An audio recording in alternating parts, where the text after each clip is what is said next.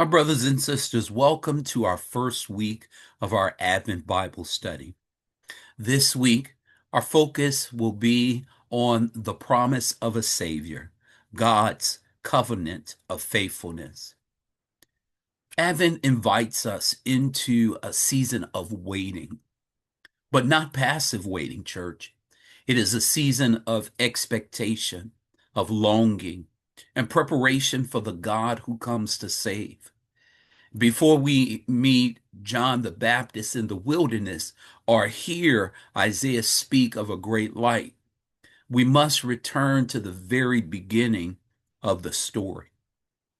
This first week sets the foundation for everything that follows. God made promises, and God keeps promises.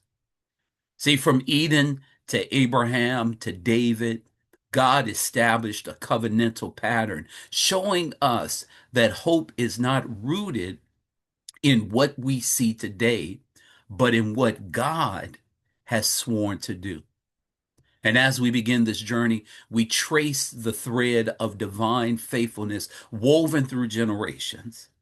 When life feels uncertain, when society feels chaotic, and when our community wrestles with injustice, Advent charges us to remember God has never left his people without a promise. And I'm telling you, he won't start now. So let us take a dive into our primary scriptural text for this first week of Advent. We want to look at starting with Genesis chapter 3, verses 9 through 15, which is called the Proto-Evangelium. Now, this passage occurs right after Adam and Eve fall into sin. God seeks them out, and he says, "Where are you?" What is this for us? It's a revealing of a God who comes after us, even when we run from him. And in verse 15, God speaks to the serpent. He says, "I will put enmity between you and the woman." This is the first proclamation of the gospel, the proto-evangelium. It promises a descendant who will crush evil. Even in judgment, God begins redemption.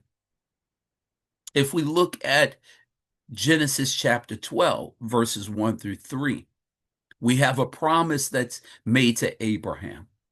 And God calls Abraham to leave what is familiar and promises that all the families of the earth shall be blessed through him. Ultimately, this is pointing to Jesus. Abraham is a model of hope.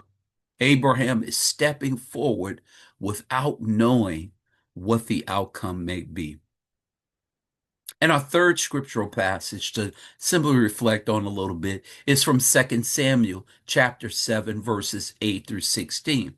This is the promise that's made to David. Here we see God promises David an everlasting dynasty. Though earthly kingdoms may fall, the promise stands fulfilled in Jesus, the true Son of David, whose kingdom never ends. Now, these three scriptures tie very well into our first Sunday reading, the Gospel of Matthew 24, verses 37 through 44, in which Jesus calls his followers to stay awake, reminding them that God's promises are sure, even when the timeline is unknown. So, church, as we sit with these scriptures this week, as you take time to read through them, to reflect on them, to pray with them, just remember this: from Eden to Adam to David, we meet a God whose faithfulness is unwavering. And so this teaches us that hope is rooted in God's character, that God keeps promises across centuries. The Savior was promised long before the manger came.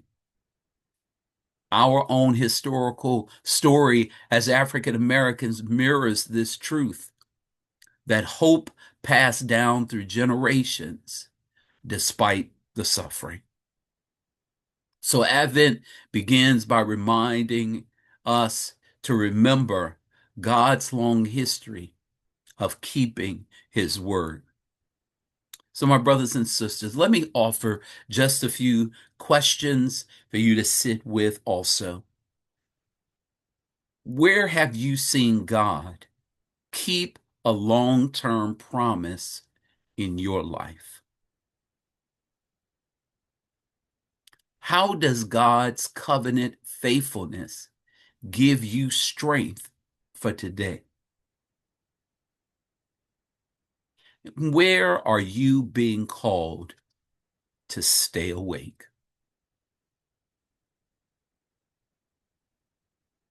Pray with these things, my brothers and sisters, and I hope you have a blessed and wonderful first week of Advent.